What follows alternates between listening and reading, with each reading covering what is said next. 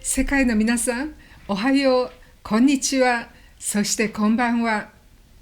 テレビウチナーのポッドキャストの時間になりました。こちらはブラジル・サンパウロ、人種のるつぼ、そして海外最大の日系人社会を誇るこのサンパウロから皆さんにお送りします。ポルトゲースですけれども、スペイン語の分かる方は皆さんご存知ですよね。ダプレインテンデーね。その前に、素晴らしいゲストを紹介する前に、サポーターを紹介します。ゆきさんです。ゆきさん、どうぞ。Bom dia, bem-vindo todos e que sejamos uma boa programação. はい、ゆきさん、今日の谷口ジョゼさんはですね、こういう本を書かれた素晴らしい方で、いろいろもうたくさん引き出しがありますね。ですからいろいろお話を伺いましょうね。で、私の人生っていうこういう自叙伝も出されました。ここにいる赤ちゃん、1歳のこの赤ちゃんの、誕生日かしらね。これ谷口さん、谷口ジョゼさんです。はい、後でこれをまた、いろいろ撮影していただきましょう。谷口さん、それではいろいろお話を伺いたいと思います。ですでインファンシア、こちらにもたくさんありますね。はい。はい。はい。どうぞ。美恵子さん、皆さん、おはようございます。こんにちは。こんばんは。はい。紹介されました、谷口ジョゼと申します。新一郎とも呼ばれております。はい。よろしくお願いします。はい。谷口さんはこの出産からこういろいろ書かれてますけれども、どちらで、お生まれになったんでしょうかね。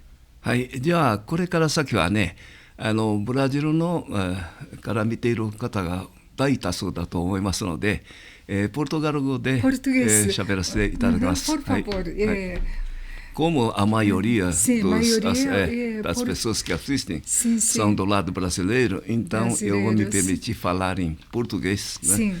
Para que para mim também é mais fácil, né? Falar em português. Eu falo português quebra-galho, só que aqui tem Nicei, né?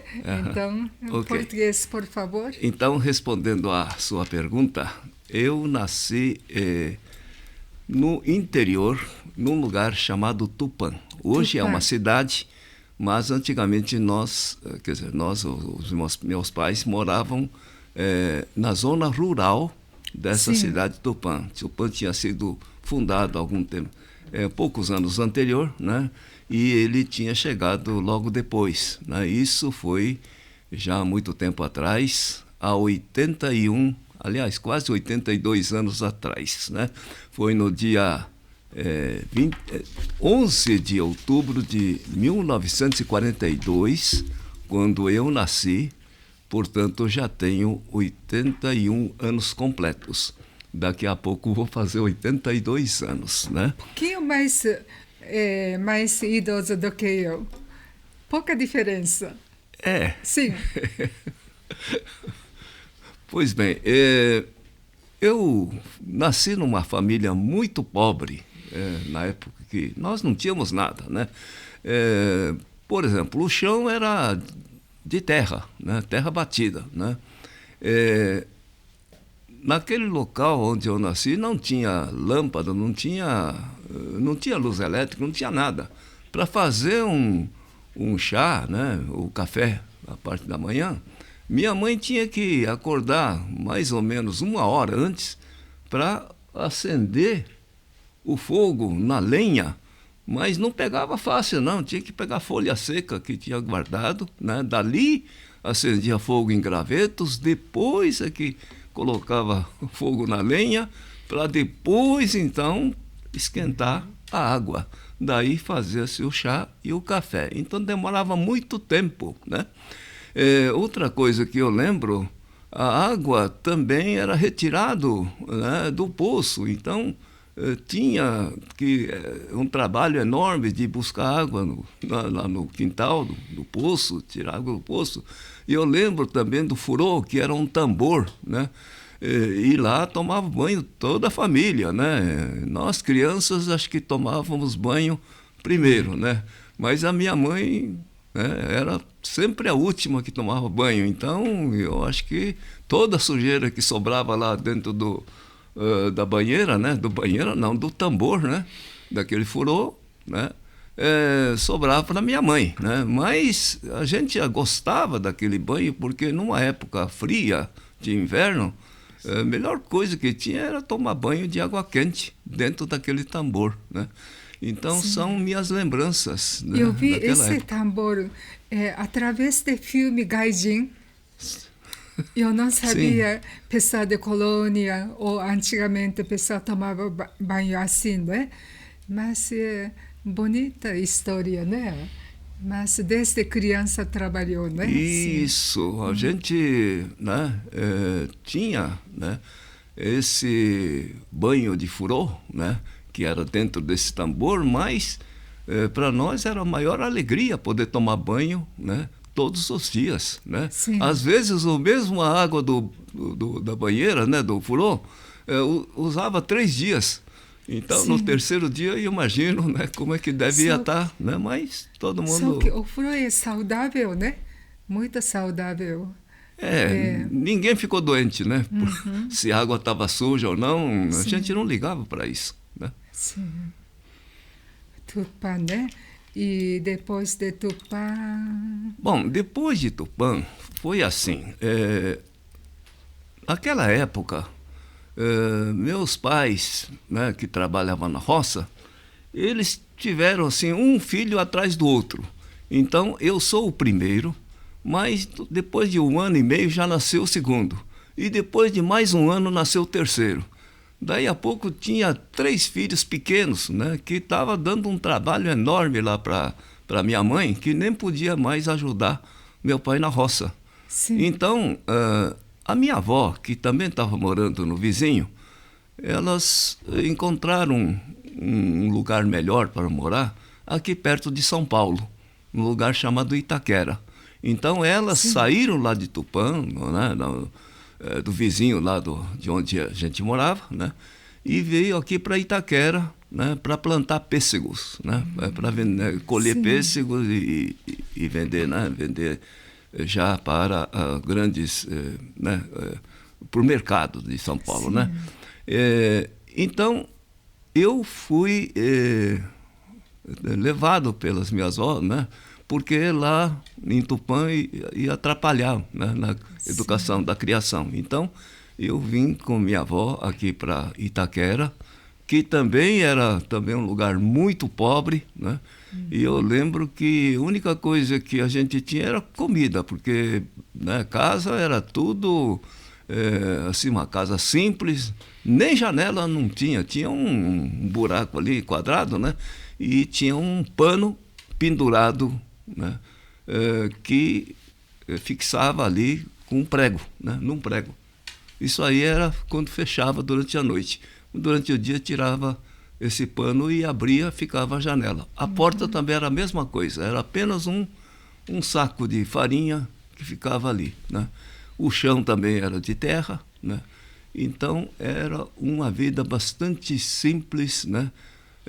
Mas paradoxalmente foi a melhor fase da minha vida. Eu tive uma infância muito feliz, né? Porque não é a pobreza que faz a gente ser... né? Importante aquele ensino, É o amor, cultura, né, que recebeu, né? É o amor que a gente recebe, né?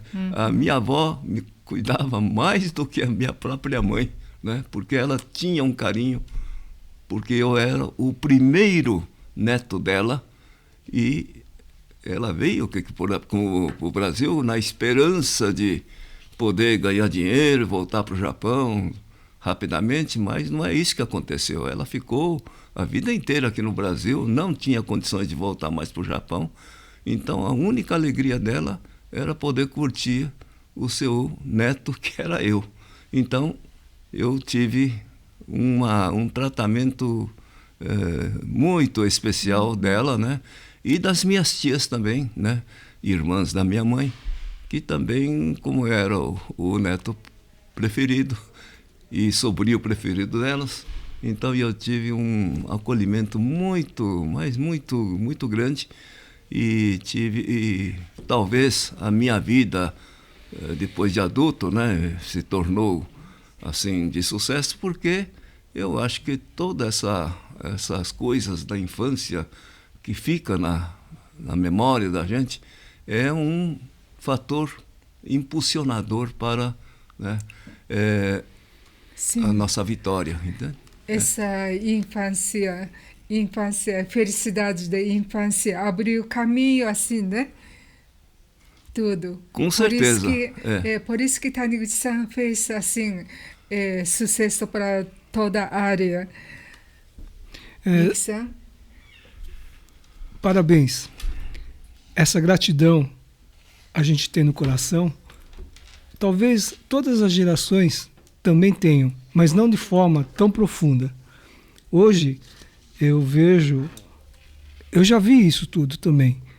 E o mais importante não é apenas o que a gente tem a perguntar para o senhor, mas o que o senhor tem mostrado através do livro, através das experiências. E mais que isso, em vez de eu ficar falando, eu gostaria que o senhor falasse todo esse trajeto, desde quando começou a estudar até hoje, por gentileza. Sim, na minha infância, né, que fui criado com a minha avó aqui em Itaquera, naquela época eu só falava japonês, né?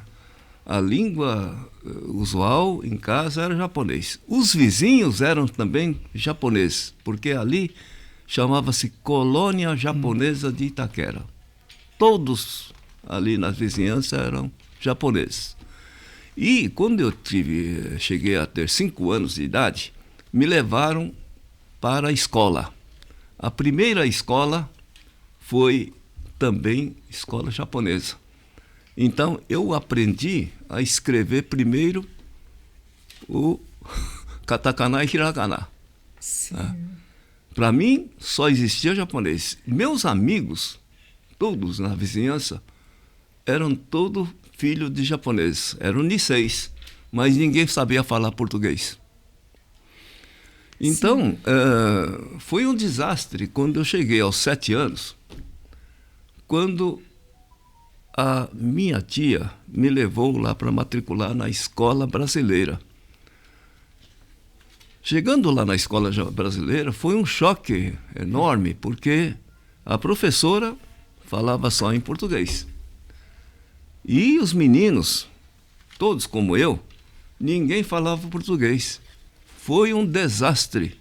O primeiro ano, a própria professora também ficou perdida, porque como é que ia ensinar a gente a ler e escrever, né, em português, né, quando a gente só falava japonês e só sabia escrever japonês? Isso com 7 anos. Então, certamente, o primeiro ano já foi perdido. Mas, nesse ano, a minha prima, né, minha tia, também tinha se casado e estava nascendo a minha prima mais velha. E a minha avó também já estava ficando mais, né, com serviço, né, porque eu já estava atrapalhando. Então, a minha mãe, que morava lá em Tupã, né, veio até Itaquera para me levar de volta para Tupã. Então, eu voltei para Tupã. Nessa ocasião, né, os meus pais já tinham mudado para a cidade. Então, nós estávamos lá na cidade. Eu cheguei na cidade, aí foi outro choque, né? As vizinhanças não eram japoneses, eram todo brasileiro, né? E as crianças, tinha bastante criança nas vizinhanças, e eu tive que conviver com eles. Até eu admiro, né, que em questão de 3 meses ou 4 meses, eu já conversava, né, em português com os meninos, os vizinhos. Então, daí a gente percebe que as crianças têm uma facilidade muito grande de aprendizagem, né? Então, a melhor época para aprender língua é quando é criança, né? Porque nessa idade, 7, 8 anos, você pode ensinar 2, 3 línguas, né, ao mesmo tempo, que a criança não se atrapalha, né? Ele aprende. Isso aí eu senti isso, né, pessoalmente. Então já conseguia falar o português sem me perder. Daí no ano seguinte, né, eu já estava matriculado no grupo escolar chamado Grupo Escolar Bartira. Era o primeiro grupo escolar lá de Tupã, né, da cidade de Tupã. E claro que eu tive dificuldades, né, por muitos anos, porque eu entendia o que a professora falava, mas eu não conseguia explicar com minhas palavras o que eu lia. Eu sabia ler, né? O livro que estava escrito no livro eu sabia ler. Aí a professora falava, fecha o livro e explica o que está escrito aí. Eu já não sabia explicar. Então, isso acabou tornando um fantasma para mim, que acompanhou até mais ou menos na época do cursinho. Cursinho é quando a gente estuda para entrar na faculdade. Foi aí que eu me libertei, né? Porque no cursinho eu estudei mais do que nunca, né?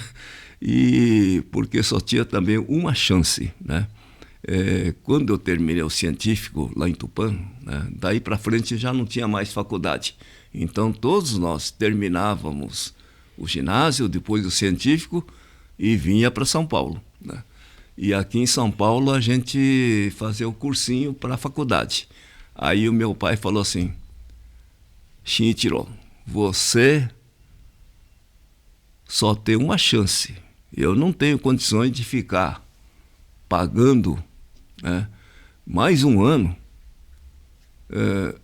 para você tentar a faculdade pela segunda vez. Você vai ter que entrar na primeira, né? Então, trata de estudar bem, né, porque, né, o dinheiro que eu tenho aqui está contado. E então eu consegui, né, estudar o cursinho, um dos melhores cursinhos de São Paulo, chamado Curso Anglo-Latino. Até hoje ainda existe, né? O Anglo, agora está com... famoso, né? É famoso. Uhum. Naquele tempo era Anglo-Latino. Era um dos melhores cursinhos para engenharia. Eu queria fazer engenharia e tinha mais uma coisa. Eu tinha que passar numa escola onde não precisasse de pagar para estudar. A única escola que era de graça era a Escola Politécnica, né, da USP. Tinha um outro lá, que é o ITA, né, que ficava em São José dos Campos, mas ITA era mais difícil ainda de entrar, porque era só 100 vagas, né? A Politécnica tinha 360 vagas. E tinha também São Carlos, né, que também era da Universidade de São Paulo, também era de graça. Então eu prestei exame nos 3, né, mas por sorte eu passei em São Carlos e passei também na Politécnica. No ITA não passei, né? Aí eu escolhi São Paulo porque aqui em São Paulo eu podia estudar e também trabalhar ao mesmo tempo, porque eu tinha que arrumar um dinheirinho para sobreviver, porque o meu pai falou, só tem esse ano aqui e tal, depois é por tua conta. Então eu, né, consegui passar, graças a Deus, mas foi com muito sacrifício, né? Eu nunca vi, né, aconteceu comigo de ter que estudar de manhã até de noite, quase meia-noite, eu ficava estudando, né? Aquilo para mim também era uma questão de vida ou morte. Se eu não passasse, talvez eu não teria mais chance nenhuma de me tornar engenheiro, porque, né, o curso era difícil, né, o cursinho é caro, né, e talvez se eu quisesse fazer algum outro curso, aí teria que ser tudo por minha conta, né. Felizmente eu fiz o curso lá da Escola Politécnica, daí foi tudo bem, morei no alojamento lá da CRUSP, né, que é o conjunto residencial da Universidade de São Paulo. Naquela época a gente morava lá quase de graça, né? Era uma taxa simbólica que a gente pagava. E, além disso, a comida também, né? Não era comida assim, excepcional, mas era uma comida que dava para sustentar bem, né? Então, eu passei esses 5 anos estudando, né? A única coisa que eu tinha que fazer era me esforçar para não repetir de ano, né? Eu tinha que passar, né? Eu não queria, né? Porque estudar também é muita pressão, né? Você tem prova, você tem que fazer trabalho, você vai ter que, né, fazer muita coisa. E junto com isso você tinha que também, né, fazer um bico, né, para ganhar dinheiro. E o meu bico, né, era dar aula particular. Dava aula particular aqui e ali, né, ganhava dinheiro com isso, né, o suficiente para poder pagar as despesas lá do alojamento, do que eu comia, e ainda por cima tinha dinheiro para pagar junto com a minha namorada, que é a minha esposa hoje, né? Já estamos casados há 55 anos, né? Mas eu namorei lá durante 4 ou 5 anos, né? Na época de estudante, né? No segundo ano eu conheci ela, né? Depois, né, ela também era pobre, mas então a gente ia todo final de semana no cinema, né? Ia a pé e na volta pegava o ônibus, né, para casa. Mas para ir a gente ia sempre a pé, né? Então todo final de semana era sagrado. A gente ia no cinema, depois passava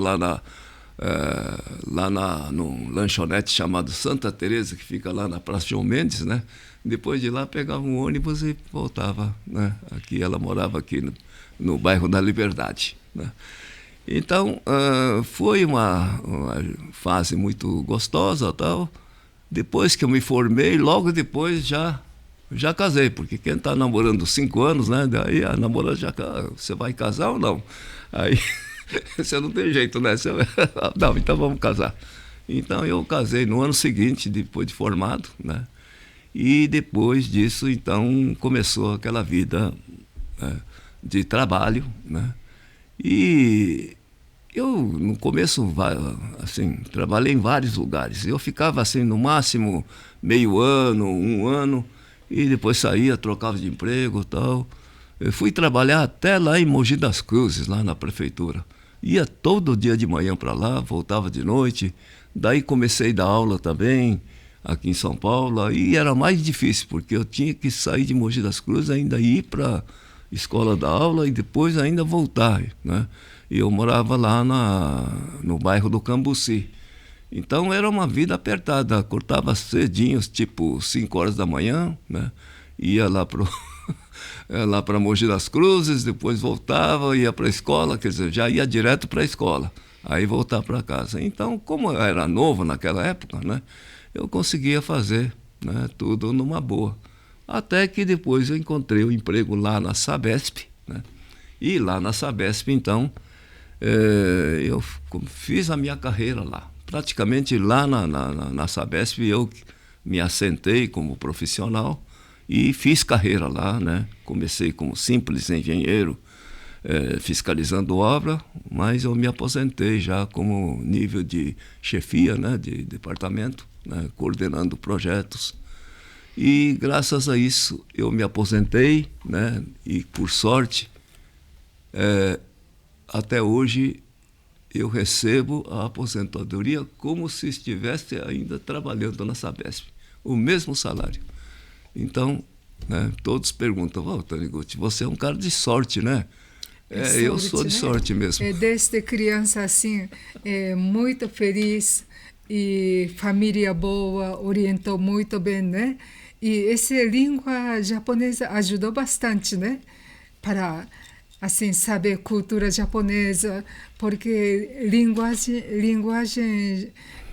japonesa é complicado, mas sabendo língua, não sabendo língua japonesa, é grande diferença, eu acho.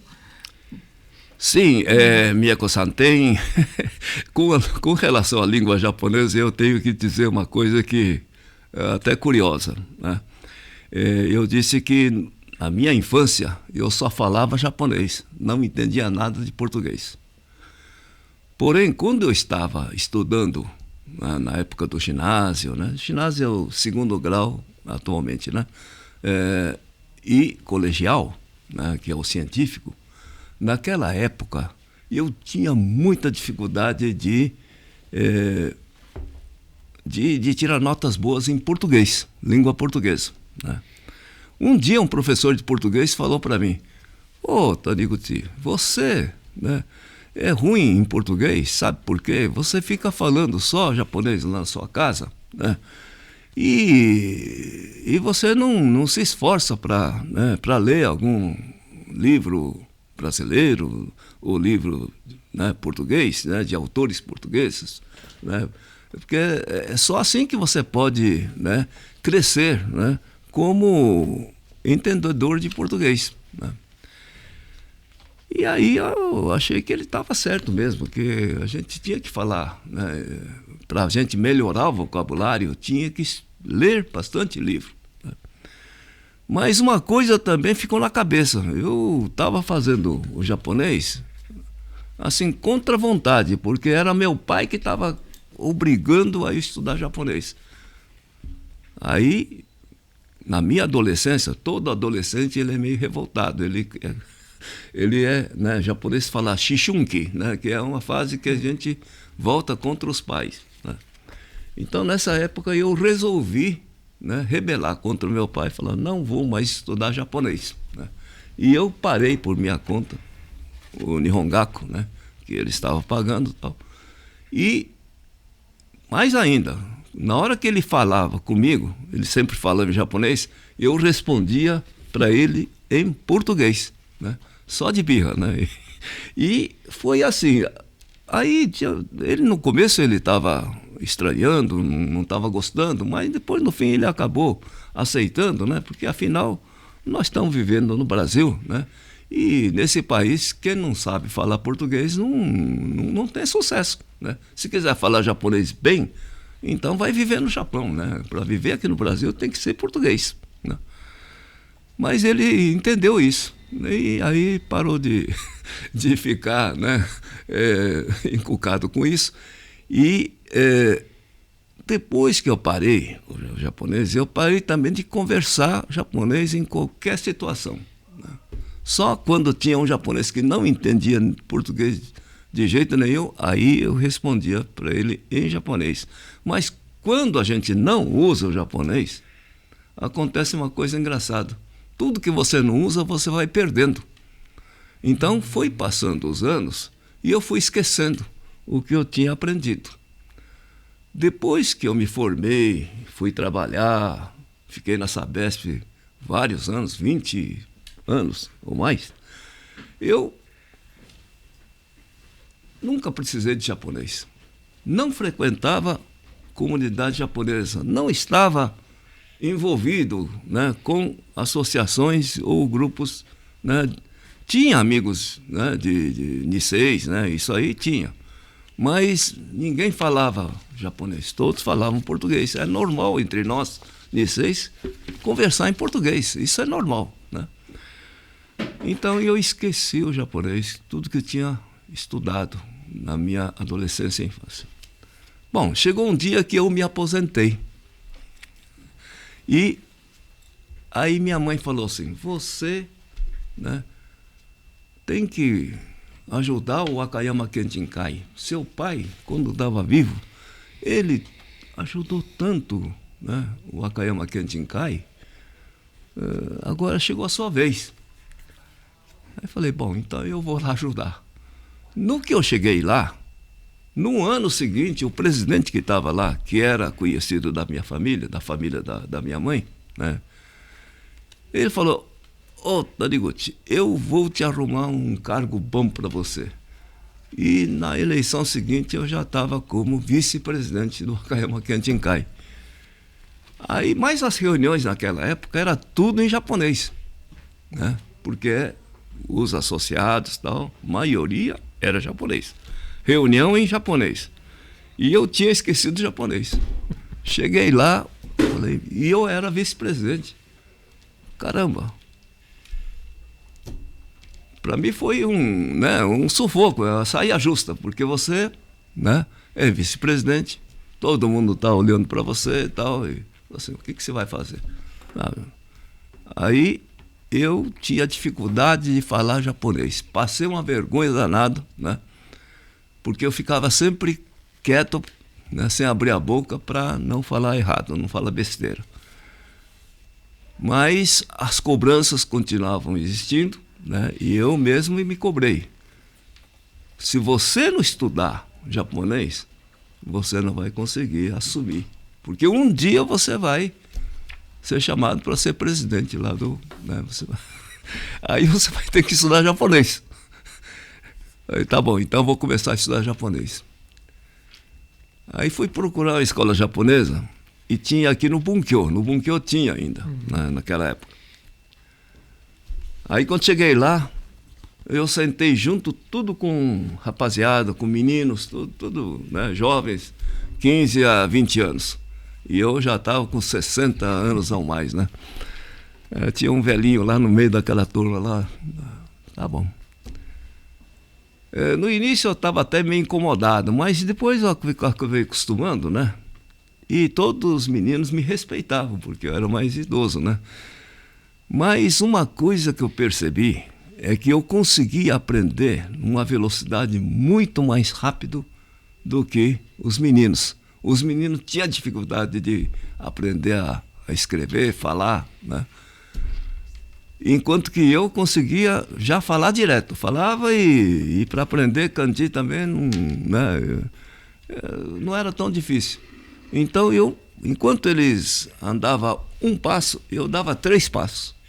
E em pouco tempo, né, já não dava mais. Falou assim, Taniguchi-san, o senhor já aprendeu tudo que tem para aprender aqui, né? Daqui para frente o senhor tem que procurar um curso mais forte, né? Aí eu perguntei, onde é que tem curso mais forte? Tem lá na Aliança. Daí fui lá na Aliança, né? Aí tinha, né, um curso mais forte, mas não era tão forte assim, né? Porque era nível primário, grupo escolar, né? Shogakono, né? Bunpo, né? Aí eu também aprendi rapidinho lá. Daí falou assim, Taniguchi-san, daqui para frente o senhor vai ter que estudar em turmas especiais, né? Turma de leitura, grupo de leitura e grupo de redação, né? Então eu fiz grupo de leitura e grupo de redação. Aí também nesse grupo de leitura, né, aí já tinha mais japoneses do que niseis do grupo, tá, né? Então, Taniguchi-san, essa língua japonesa ajuda assim a vida toda também, né? E sobre Sabesp, trabalhou bastante tempo no Sabesp. E Sabesp antigo, Sabesp atual, como é que está assim? Bom, Sabesp antigo, né? Eu acho que era bem mais forte do que Sabesp atual. Porque Sabesp antigo, eu estou falando porque antes da Sabesp tinha o DAE, né, Departamento de Águas e Esgotos, né? Mas a Sabesp foi, né, uma junção de todas as, vamos dizer assim, Departamento de Água e Esgoto do estado de São Paulo, né? Teve algumas cidades do interior que não aderiram à Sabesp, mas tem alguns que foram aderiram à Sabesp, né? Então tornou-se uma companhia estadual, né, de saneamento. Então nessa fase São Paulo, né, não tinha água encanada em muitos bairros, não tinha esgoto sanitário e a maioria dos bairros não tinha esgoto sanitário, né? Para poder fornecer água para a cidade inteira, precisava de buscar água, né, no sistema Cantareira, que era uma captação dos rios, 3 rios. Né? Água de São Paulo vem de mais Cantareira? Vem de 4 lugares. Né? Antigamente, pegava água aqui do Guarapiranga, né, e do Rio Grande. Sim. Né? E também pegava lá da região de Mogi das Cruzes, né? No chama Sistema Rio Claro. Né? E aqui na região de Cotias, né? Também tem outro, né? Manancial, né? Que é Alto Cotia e Baixo Cotia. Né? Mas isso aí não era suficiente. Né? Estava faltando água em São Paulo. Né? Então foi feito um novo sistema de captação de água chamado Sistema Cantareira. Tinha que buscar água para lá de Bragança Paulista, né? De lugar longe, né? Nazaré Paulista, tal. De lá então faziam várias, cercavam os rios, né? Os córregos, e dali captavam a água para trazer aqui na região aqui de Mairiporã, né? E dali tinha que bombear água, né? Era uma bomba enorme de 33 metros cúbicos de segundo, 33 mil litros de água, né? Por cada segundo. Então eram 3 bombas que funcionavam simultaneamente. Era uma bomba de marca Mitsubishi, né? Aliás, o motor era Mitsubishi e a bomba Hitachi, né? Foram todas essas empresas japonesas que estavam ali naquela época, né? E eu tive o privilégio de trabalhar nessa época, né? Quando eu entrei na Sabesp, fui trabalhar justamente nesse sistema cantareiro, no elevatório de Santa Inês, né? E foi aí que, né, eu fui reconhecido como engenheiro e tal, e depois eu vim para São Paulo, depois que terminou a obra, vim para São Paulo, e aí fui fiscalizar, né, obras de expansão de redes de esgotos, né, porque Diadema, por exemplo, não tinha esgoto, né? Cada um fazia no fossa, jogava água, tinha esgoto escorrendo na rua. Era uma coisa, né, muito precária, muito atrasada, né? Tinha ali na sarjeta, estava aí, né, passando esgoto, né? Aí fizemos esgoto, né, em toda essa zona sul de São Paulo, né? E depois eu fui guindado a ser engenheiro de projetos, né? Então, tudo que a gente ia fazer ainda, né, ainda não estava feito e que tinha que fazer, a gente fazia um projeto, né? E eu fui trabalhar nessa área, não como projetista, mas analisando o projeto que as empresas projetistas faziam, a gente analisava, né? E depois eu fiquei o chefe de todos esse pessoal dos analistas de projeto, né? E depois, no fim, eu fui para mais alto, né? No último cargo, né? O lugar mais alto é coordenador, né? E fui coordenador de projetos, né? E foi quando eu me aposentei, né? Então, lá na Sabesp, né? Uma coisa que aconteceu, né, de interessante é que eu me tornei, naquela época, me associei na Associação dos Engenheiros da Sabesp, né? E lá na Associação dos Engenheiros, né, eu exerci o cargo de tesoureiro e depois fui presidente, né, da associação. Lá no Japão, Taniguchi-san, água de torneira de casa, casa. O pessoal está tomando água de torneira. Aqui no Brasil, o pessoal não deixa tomar água de torneira, né? Não, pode tomar. Pode tomar? Pode tomar. Ah, né? não tem não problema? tem problema nenhum, pode tomar. Sim. O único problema é que tem aquele gosto assim, né? Às vezes tem gosto de cloro, porque o cloro é para desinfectar, né? Porque pode ter uma bactéria, o cloro mata, né? Só que esse cloro deixa um cheiro, né? E numa época de calor também, como essa água da represa, por exemplo, de Guarapiranga, né? Ele tem muita alga, né? A alga, a senhora sabe que é forma porque tem esgoto dentro da água, né? Alguém lança o esgoto direto na represa, então o esgoto ele vira comida de bichinho, né, de bactérias, né? Aí forma alga, né? Então o esgoto né, ele é o nutriente da alga. E a água, quando a água é captada para tratamento, vem junto com a alga. E essa alga, né, e não é aquela alga grande, são microalgas, né? Sim. Que ela passa mesmo nos filtros. Então fica um cheiro lá característico, né? Oh, mas essa água aqui está com um cheiro aqui diferente, né? Não devia ter cheiro. Tem técnica para tirar esse cheiro? Tem, né? Se você passar no filtro de carvão ativado, né, tira esse cheiro. Só que o custo desse carvão ativado é muito caro, porque o carvão ativado é feito com nódulo de pinho, né? E nódulo de pinho você tem que cortar uma árvore inteira, pegar alguns nódulos em alguns lugares, né?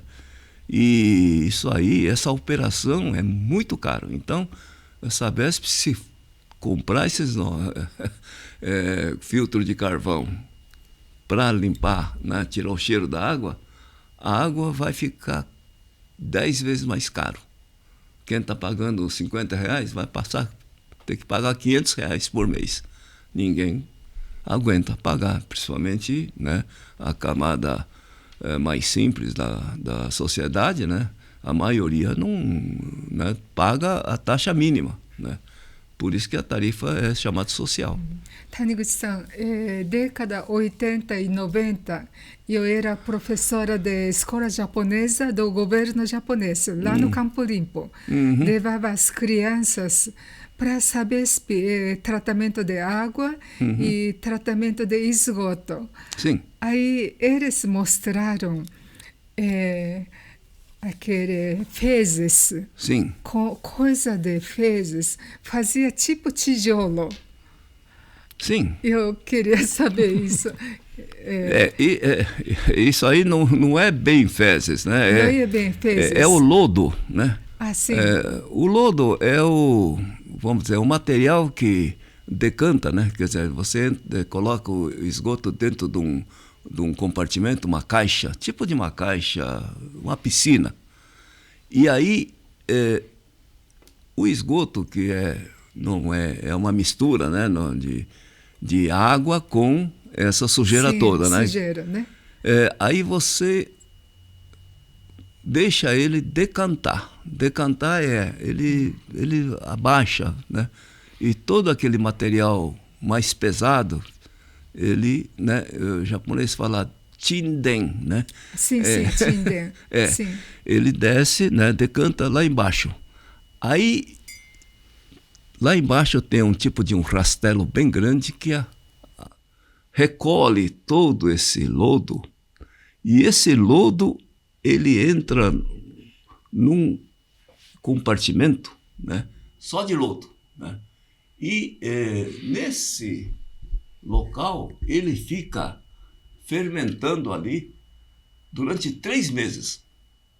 Então, todo aquele material, né, orgânico, né, yukibutsu, né, tudo que é vivo, acaba morrendo. E os gases, né, saem por cima. E tem uma chaminézinha lá, sempre com fogo aceso lá nesse digestor, esse compartimento chama digestor. Então, desse digestor tem um escapamento de gás. E esse gás, para não ficar fazendo cheiro, eles colocam, né, deixam aceso. Então, tem um fogo que nem pira olímpica, fica sempre aceso. Interessante, né, Yuki-san? Faz construção com esse tipo de tijolo. Leve também, né? Isso. Esse material que fica totalmente transformado em mineral, né? Porque a parte orgânica já, depois de 3 meses, já não fica nada. Então, aí eles pegam um resíduo sólido, aí eles transformam em tijolo. Então, como eu era professora da escola, né? Aí pesquisava sobre Rio Pinheiros também, canal hidrelétrica lá no, como chama? Henry Borden, lá em Cubatão, né? Cubatão. É isso. Então, fazia livro para crianças, sim, né? Sim.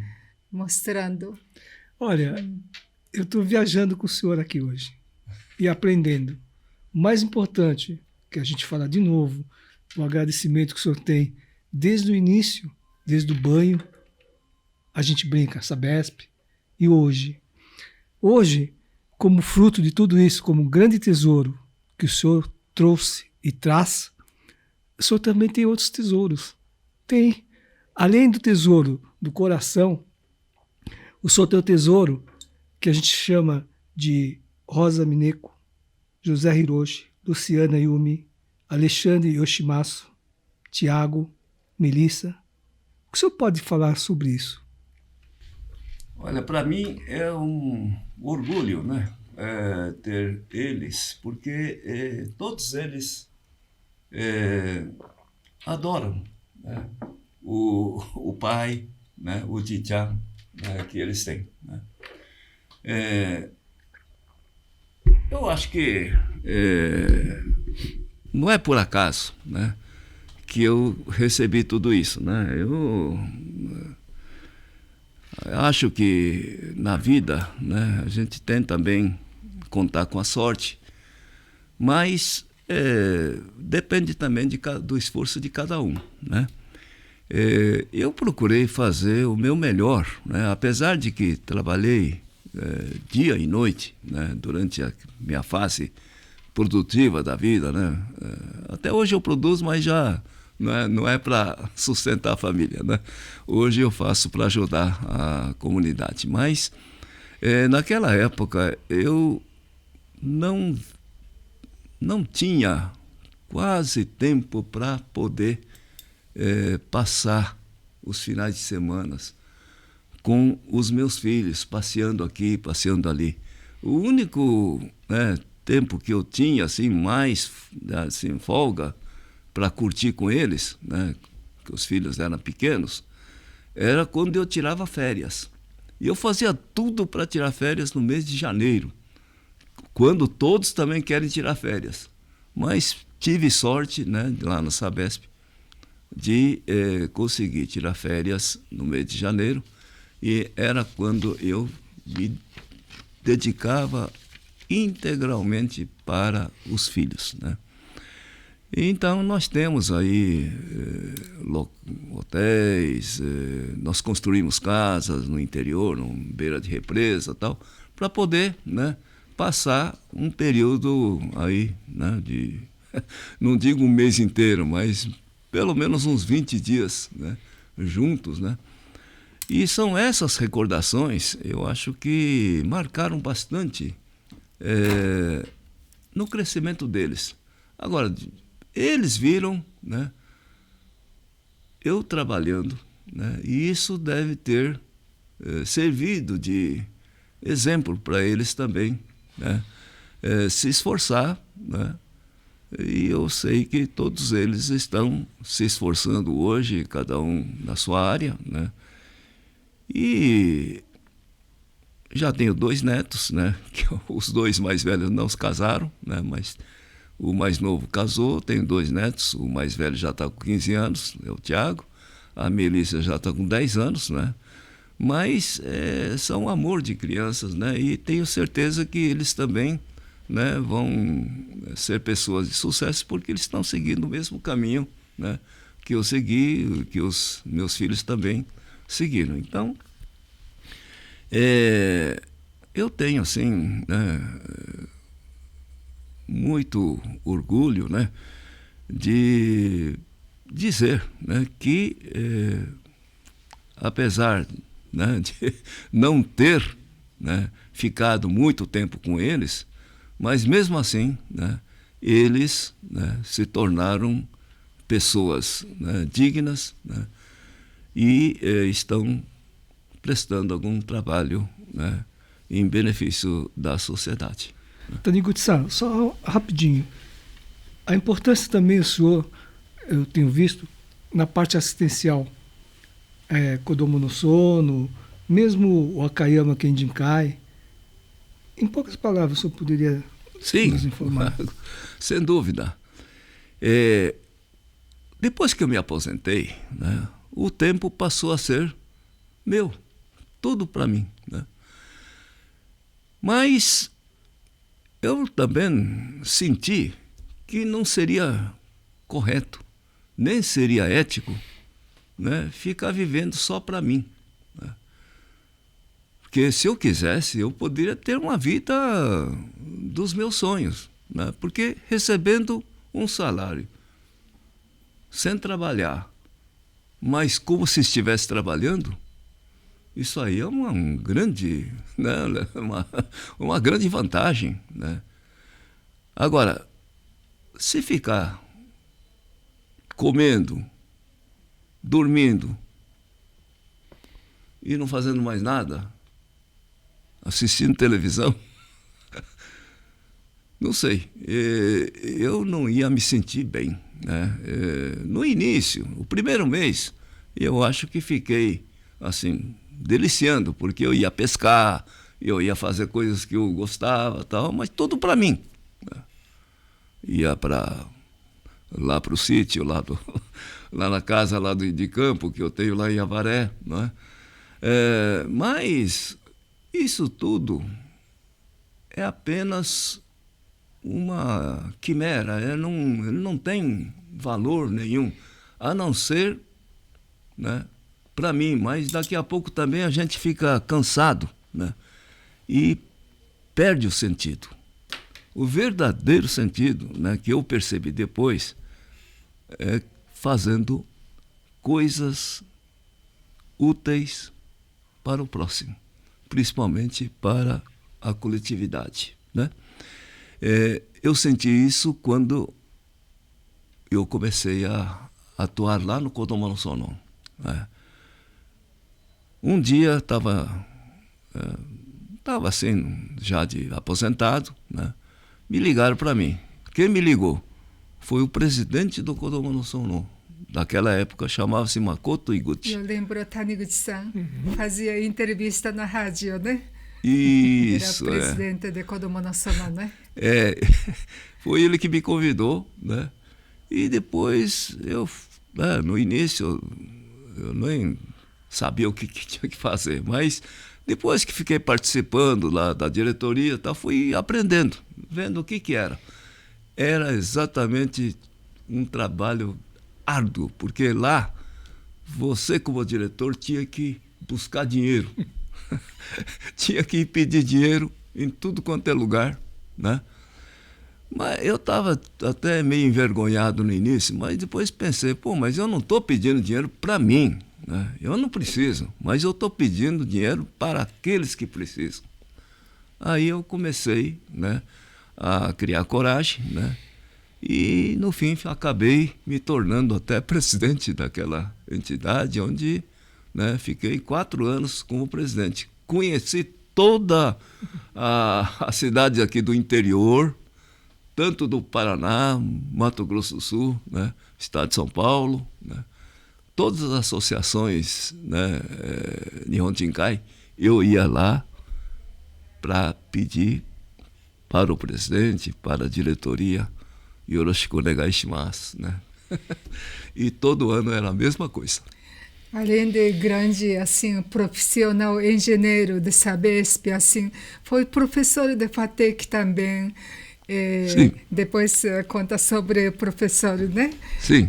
De FATEC, sobre o Wakayama Kenjinkai, tem internacional também, né? Tem. Evento internacional de Wakayama. Então tem muitas coisas. Trabalha como voluntário também, né? Sim. Então. Bom, lá na FATEC... Eu quero esse livro, Taniguchi-san, mostrando para a câmera também, esse português. Lá na FATEC, era assim, tinha um professor que era o chefe de departamento, o nome dele é Kokei Uehara. Ah, sim. Ele foi meu professor lá da escola politécnica. Professor. Né? E como ele já me conhecia, né, e o Kokei, né, tinha uma consideração por mim, eu fui convidado, né, para trabalhar também lá na FATEC, dando aulas, né, sobre prática de construção de obras hidráulicas, né, como eu fui da Sabesp, então, para mim era uma extensão, né, eu tinha que só ir lá contar o que eu fazia lá na Sabesp. É mais ou menos isso. Para os alunos, né? Para formar, né, futuros técnicos, tecnólogos, né? E lá também fiquei pouco tempo, né? Eu trabalhei também na Escola Técnica Federal de São Paulo, né? Também era uma escola do governo federal, né? FATEC é do estado, né? O outro era do federal. O FATEC eu não podia ficar muito tempo porque lá era assim, não podia acumular 3 empregos, né, públicos, né? Então, o Sabesp era um emprego público, a Escola Técnica Federal era outro emprego público e FATEC era o terceiro. Aí a corregedoria falou assim, não pode. Todo mundo estava precisando O senhor está acumulando muito emprego público aí, tem que deixar um. Aí eu deixei. Tinha que deixar para outro. Tem que deixar. Mas lá na Escola Federal, né, eu também tive muitos alunos, né, que se tornaram engenheiros, né. Lá era um colégio técnico, né, e lá eu ensinava também como construir casa, né. Foi um período também muito gratificante. E qual era a outra coisa mesmo, Mirakusan? Sobre o Wakayama, né? Wakayama, sim. Lá no Wakayama, né, depois que eu me tornei presidente, né, isso foi em 2015, esse ano já vai fazer 10 anos que eu estou lá, né? E eu estava até pensando em deixar, né, depois de 10 anos, mas agora, pelo jeito, eu não vou poder deixar, porque acabei tendo que assumir também a presidência do Kenden, e para ser presidente do Kenden tem que continuar presidente do Kendinkai, né? Mas tudo bem, né? A gente está aqui vivo, né? Enquanto estiver vivo e com saúde, enquanto né? tem saúde, a gente consegue, principalmente isso. A Taniguchi-san tem bastante experiência, então cada vez o cérebro desenvolve também. Sim, com certeza. Eu acho que as duas coisas são verdadeiras. A gente tem saúde porque trabalha e trabalha porque tem saúde. São duas. Uma coisa é que nem a galinha e o ovo, sabe? Sim. Né? Idade é só número. Idade é só número, né? Porque a nossa mente não envelhece, Miyako-san, né? A senhora fecha os olhos assim, tal, a senhora imagina a senhora nova, com 20 anos, né? Esbanjando, né, saúde e jovialidade, né? Eu tenho 4 netos também. O neto formou faculdade já. A única coisa que muda é o nosso corpo, né? Sim, porque... saindo rugas assim. Isso. Mas a gente consegue. Isso. Então, consegue fazer tratamento. Isso aí é inevitável, né? Não tem jeito, não dá para escapar. Mas a nossa cabeça, né? Nós temos o controle sobre a nossa cabeça. Se nós admitirmos que estamos velhos, cansados e imprestável, a gente fica velho, cansado e imprestável. Agora, se a gente acreditar que ainda tem condições de dar mais um pouco, tanto que você acredita, você recebe essa energia. Sim. Né? Porque ele é... energia do universo. Sim. A gente recebe, né? O universo é também espiritual. Sim. Né? Não é uma coisa assim só, né? Só de matéria. Quando a gente pensa pensamento positivo, sempre vem pensamento positivo, né? Energia positiva. Sim, com certeza. Porque o universo também tem inteligência. Sim. E a fonte da nossa inteligência vem do universo. Sim. Né? Então, nós temos que estar conectados com o universo. Nós temos que viver em sintonia e em harmonia com o universo. Sim. Aí você tem saúde, você tem tudo que você quer na vida. Isso a gente, né, descobre vivendo. Né? Porque se a gente não enfrentar, né, os desafios que tem, porque tudo que você faz na vida não é assim fácil, não. Sim. Não é você pegar um condão né, e fazer plim e sair. Não. Precisa, né, correr risco, pensar, né, ter fé, uma porção de coisas. Você tem que trabalhar bastante, amassar bastante barro. Né? Nosso pensamento é eterno, né? Que nem universo, né? Nosso coração, pensamento. Nós somos eternos, Sim, Miko-san. eterno, né? Nós somos eternos. Sim. Né? E uma coisa que eu acredito, né? As pessoas que estão me ouvindo podem não acreditar, mas nós estamos nesse mundo com uma missão, quer dizer, vamos dizer, propósito de desenvolver espiritualmente. Sim, acredito, sim, Né? acredito muito. Por isso, nós morremos, mas voltamos novamente num outro corpo e começamos tudo de novo.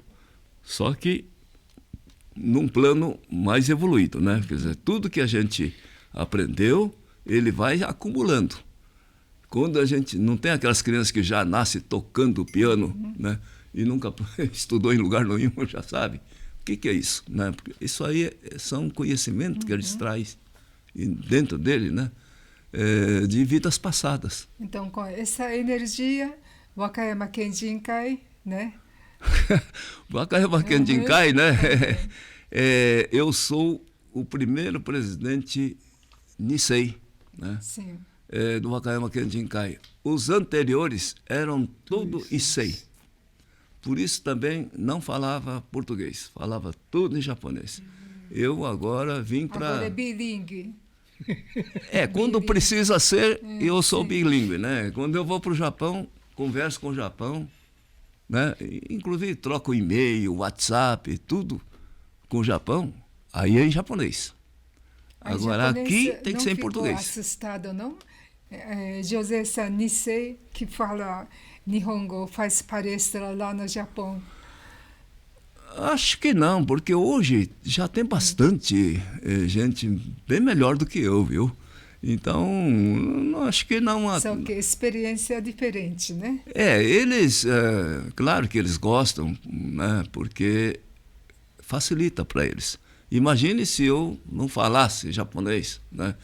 E falasse só em português. Eles falam, Taniguchi-san, komaru yo, né? Aí, Sim. mas eu falo em japonês, né? Claro que meu japonês não é 100%, meu japonês é 70%. Eu fiz um exame aí de Noryoku Shiken, né? Sim. E Kyu. Sim. E minha nota é 71. Então é 70. Passou Ikkyu? Passei. Parabéns. Por isso que eu consigo ler kanji. Todo esse livro aí fui eu que escrevi. Sim. Né? Então, não é 100%, né? Apesar de que a gente ler e escrever é mais fácil do que falar, viu? Porque falar, você tem que tirar na hora. E se você falar besteira também, já falou. Agora, livro, você pode ler, escrever, revisar, e depois de bastante tempo, fala assim, não, agora eu posso publicar. Aí você publica. Agora eu queria saber, Wakayama, Wakayama, como é que é Wakayama Meibutsu, tipo assim? Você conhece Wakayama? Província Wakayama? Wakayama, bom, para situar Wakayama, a maioria não sabe onde é que é, porque Wakayama é uma província pobre, né, e é esquecido, porque fica fora daquele, vamos dizer, tronco onde está o Shinkansen, onde passa o Shinkansen. O Shinkansen passa por Osaka e Kyoto, né, e Kobe. Wakayama está bem aqui numa península chamada Ki-Hanto. Ki-Hanto, né? Sim. Mas fica perto de Osaka. Sim. De trem. Perto de Nagoya também, né? Perto de Nagoya. Perto de... mais de Tsu, né? Que é capital capital de Mie, né? Sim, Mie, né? Porque o Wakayama, ele faz divisa com Mie, né? E o Mie faz divisa com Haiti, né?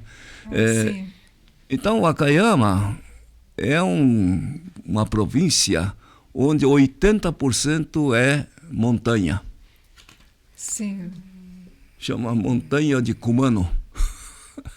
E lá só tem árvore. Não dá para plantar arroz, não dá para plantar nada. Mas outono fica bonito, né? Então tem bastante montanha. Fica bonito, mas você sai. Bonito não transforma, né? Não dá oportunidade para o pessoal plantar. Né? Alguns lugares mais montanha, a parte mais baixa, né? Perto do mar, o pessoal planta umê e planta também laranja, né? Chamado aquela mexerica lá, mexerica japonesa. Mexerica do Japão é gostoso. Gostoso, é. Então, mexerica às vezes tem pêssego, né? Plantação de pêssego. Mas isso né? Uva é muito pouco, né? Mas é mexerica e umê, né? O umê é famoso, né? É o maior produtor de umê do Japão, o Wakayama, né? E inclusive tem um lugar chamado Minabe, que é a cidade mais produtiva de umê, de Wakayama, né? Tem inclusive laboratório de pesquisa para poder desenvolver, né? A culinária de umê, né? Tem umeboshi aqui em São Paulo também, né? De Wakayama, né? Mas só que é caro, né? Caro, muito caro. Porque o umeboshi isso, chama Nankobai. Sim. Né? Ele inclusive, tem também, não é só sal, né? Porque a maioria do umê que a gente conhece é curtido só no sal, né? Mas aquele de Wakayama, eles colocam mel de abelha, né? Para ficar mais fácil de comer, né? E dá para comer o umê sem arroz, né? Porque os outros que é baratinho, você tem que comer um pouquinho de umê e depois encher a boca com arroz, né? Porque senão você não consegue comer, é muito salgado, né? Agora esse de Wakayama, você pode comer só o umê mesmo, né? Porque ele é gostoso mesmo, é muito fácil de comer, né? E é um umê grande, viu? O umê parece eu não digo que parece bolinha de ping-pong, mas ele é bem maior do que o normal. Sim. Né?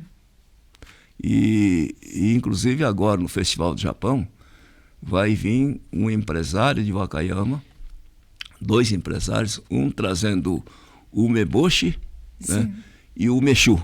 Né? E vai vender no stand? Não, é só para mostrar, né? Sim. E experimentar, né? Fazer degustação, né? Porque não tem quantidade grande. Eles vão trazer na mala de mão. Todos, cada província vai trazer alguns produtos da província, principalmente bebida e comida em conserva. Eu tenho o mês que ganhei 15 anos atrás. Será que ainda dá para tomar esse umeshu? Eu acho que dá, né?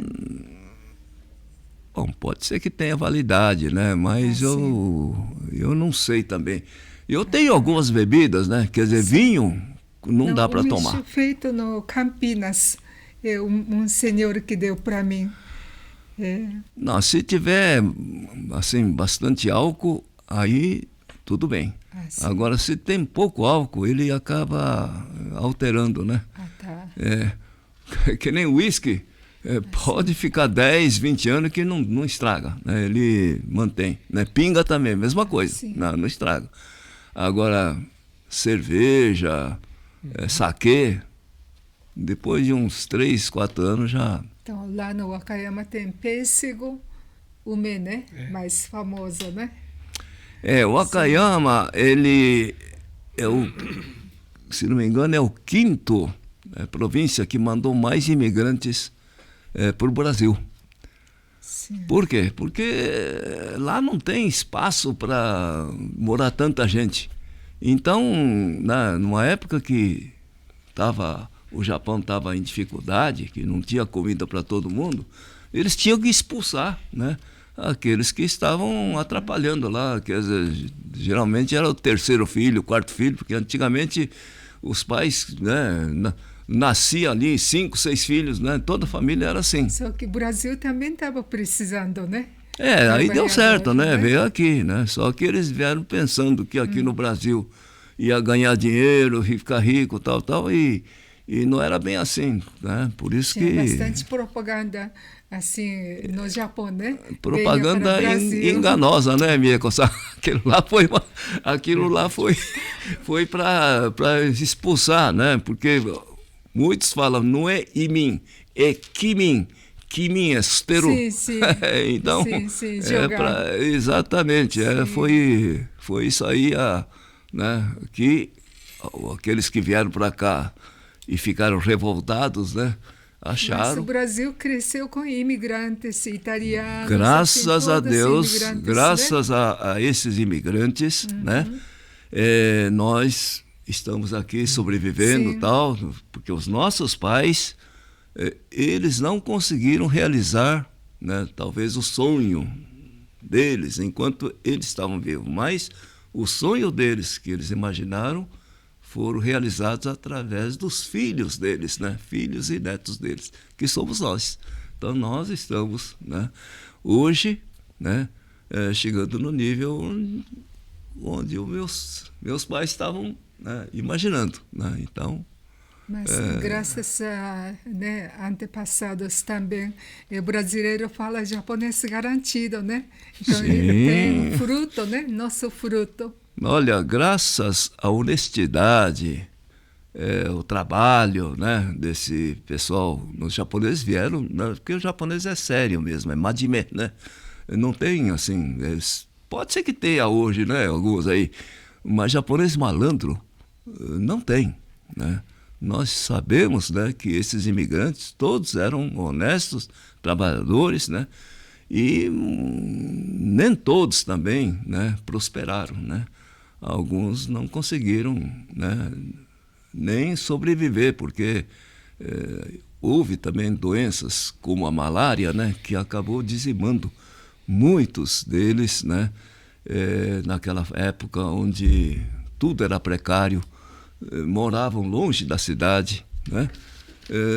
Nem dava para enterrar ali no cemitério da cidade, porque, né, não tinha nem carroça, não tinha. O que faziam? Eles faziam um buraco, né, uma cova no fundo do quintal, enterravam ali, colocavam um poste, né, uma madeira ali, fincava e colocava, escrevia lá com uma tinta, né, o nome, de onde ele vinha, de onde ele veio do Japão, ano que ele morreu, tal. Mas depois de algum tempo, aquela terra também não estava mais produzindo. Aí, o que fazia? As famílias iam para outro lugar. E aí, ficava abandonado lá. Só o túmulo, mas não era túmulo construído com tijolo, né, como no cemitério. Era um monte de terra, né, e um hashira só, né, um poste escrito. Com o tempo, a chuva apaga o que está escrito, a madeira apodrece, ninguém mais visita lá, ficou abandonado.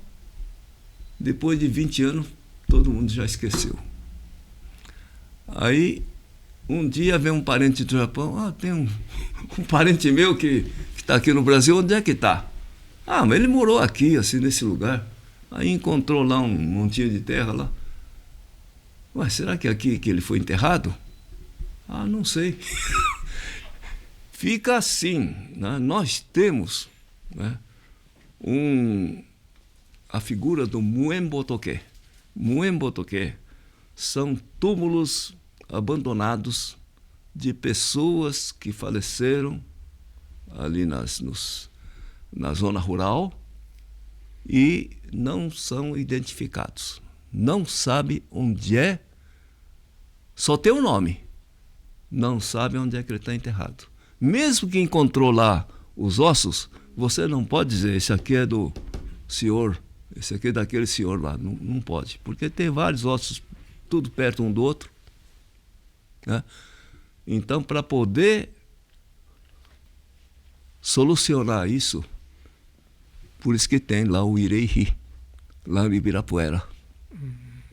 Lá no Ibirapuera, aquela pedra que tem ali ao lado do pavilhão japonês, no Nihonkan, é o túmulo desses japoneses que morreram sem saber onde que estão enterrados, abandonados, né? Então, o governo japonês, primeiro lugar que eles vão visitar, antes de visitar o Bunkyo, Museu da Imigração, né, o Japan House, eles vão lá no Irei-hi. Porque lá no Irei-hi, né, é onde a gente tem que respeitar aqueles pioneiros que vieram. Todos vieram com um sonho. Aquele Irei-hi, Kenden que fez? Foi. Sim. Quer dizer, Kenden fez, mas foi com o dinheiro de todos os que contribuíram. Então não é só, não é Kenden que pegou o dinheiro da conta do Kenden, não. Ali cada um incentivou, né? Até o governo japonês também, o Japão, lado japonês também deu dinheiro. Então juntou todo o dinheiro, né, que que o pessoal arrecadou para construir aquele Irei-hi. Aquele Irei-hi, né, na verdade, ele não é nem do Kenden, é da comunidade japonesa. Né? Kenden é apenas um tipo de um curador. Sim. Ele recebeu a incumbência de tomar conta do Irei-hi, entendeu? Então nós temos que conservar o Irei-hi, né? E todo dia 18 de junho, que é dia da imigração.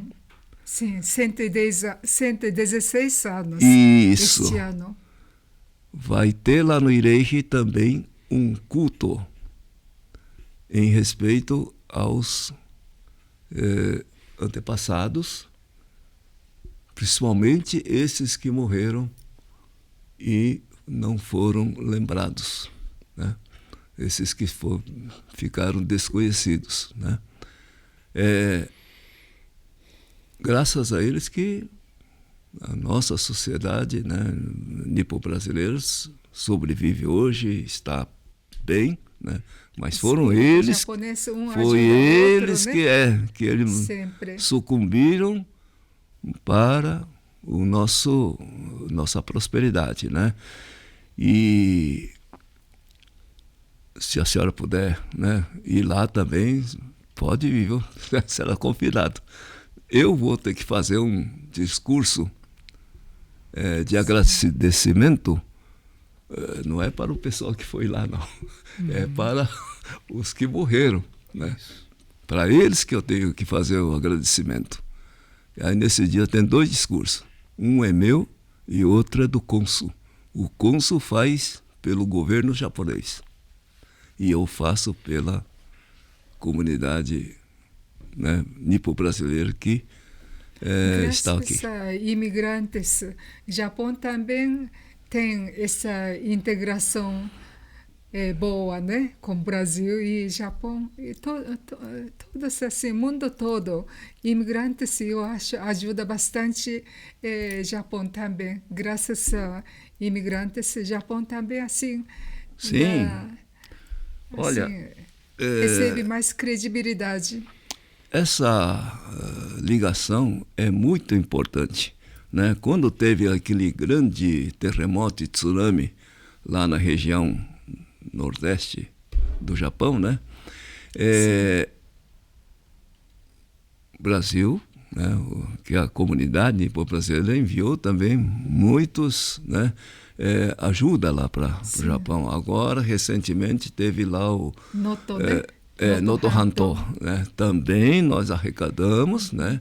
E o Ishikawa Ken, né, enviou, né, para o Japão. Após a Guerra Mundial também brasileiro. Sim, brasileiro. Aí foi do mundo inteiro, né? O mundo inteiro ajudou o Japão, né? Então essa colaboração, né? Exatamente, é muito importante porque Isso é uma prova de que nós não esquecemos, né, das nossas raízes. Para o próprio país Brasil, Rio Grande do Sul também está acontecendo, né? Mas, exatamente. E todo lá no mundo colaborando. Lá no Rio Grande do Sul, nós temos também a Associação Nipo-Brasileira de Porto Alegre. Sim. Né? Tem um xará meu que chama Hiroshi Taniguchi. Sim, né? Ele é o presidente lá, né? E ontem, acho que foi ontem ou antes de ontem, estava recebendo uma reclamação do seu o Jorge Miyahara, dizendo que mandou tudo lá para Porto Alegre, né? Doação daqui. Mas aí chegou lá na divisa, lá com o Rio Grande do Sul, eu acho que desviou tudo, né? Falou assim, não, isso aqui vai por outro caminho e tal. E aí não chegou lá. No... Esse probleminha Brasil, né? Infelizmente tem isso aí, né? Na hora que a gente pede para um caminhão levar e tal, não chega, porque tem inspeção lá na divisa. Fala assim, o que é isso aí? Você está levando onde? Não, isso aqui é doação. Não, deixa a doação aqui com a gente que nós fazemos a distribuição. E aí você não sabe, né? Taniguchi-san. Sim. Desculpa.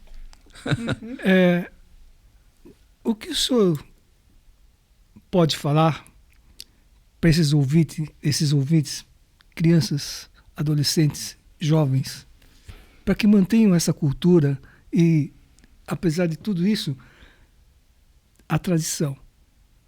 Em poucas palavras, o senhor pode passar para esse pessoal essa mensagem? É muito importante para que os pais, né, não precisa ensinar, né, basta levar numa festa da comunidade Nikkei. Nós temos festa em vários lugares.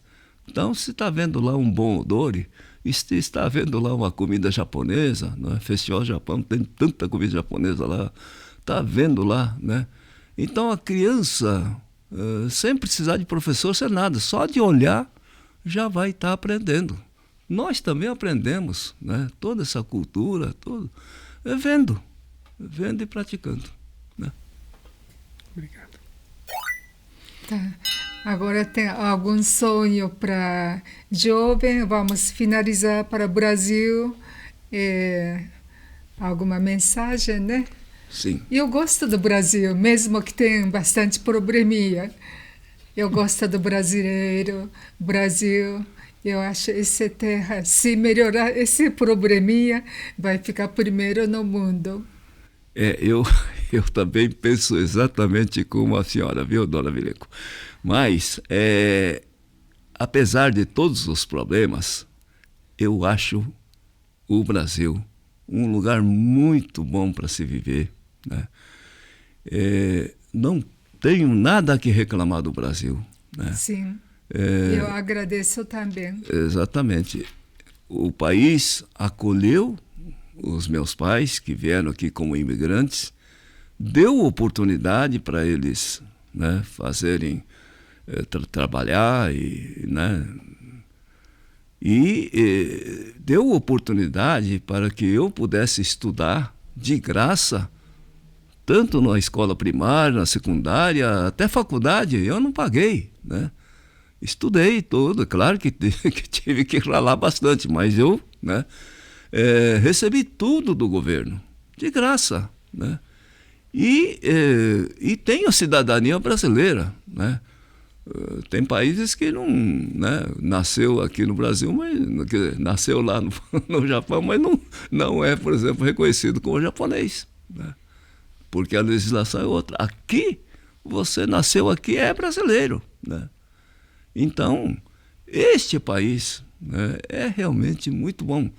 E todos têm a oportunidade de fazer negócio, vender, comprar o que quiser, né? Só não pode fazer coisa errada, mas se está dentro da lei, ele pode fazer tudo que ele quiser e pode crescer, né? E então, eu considero o melhor país do mundo. Para mim, é o melhor lugar para se viver. foi muito bom, né? Conhecer toda a história de José Taniguchi-san. Então, vamos encerrar, né? はい。 Muito 今日の obrigado. ゲストはジョゼ谷口さんでした。どうもありがとうございました。はい、ありがとうございました。